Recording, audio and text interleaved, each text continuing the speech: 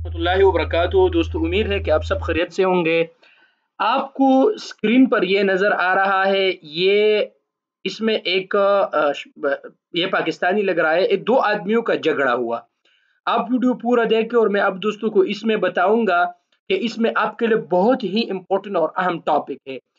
इन 2 आदमियों का झगड़ा हुआ, इन्होंने एक-दूसरे को मारा, उसके बाद ये जो आपको स्क्रीन पर नज़र आ रहा है, अखबार 24 का खबर है, एक दूसरे को मारा इस वीडियो में जो आपको यहाँ पर नजर आ रहा है। تم إيقاف وما واتخاذ ये देखिए, قذف وما واتخاذ الإجراءات النظامية بحقهما. ठीक है, इन्होंने एक दूसरे को मारा। उसके बाद इसको पुलिस ने पकड़ा, इन दोनों को।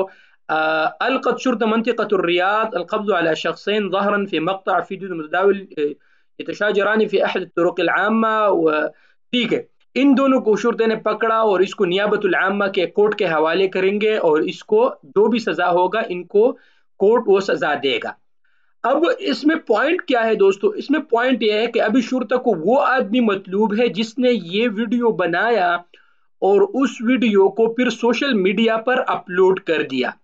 अब यहाँ पर क्या है देखें, अभी क्या है यहाँ पर वजरा इकाफहुमा व इत्तिखाद इजरात निज़ाम बिहक व हालत में, ठीक है, कमा जारी अलक़ब्ज़ अला मन वसक़ व नशर अलवीडियो लिमुखालफत निज़ाम मुकाफ़हत अलजराइम अलमालूमातिया।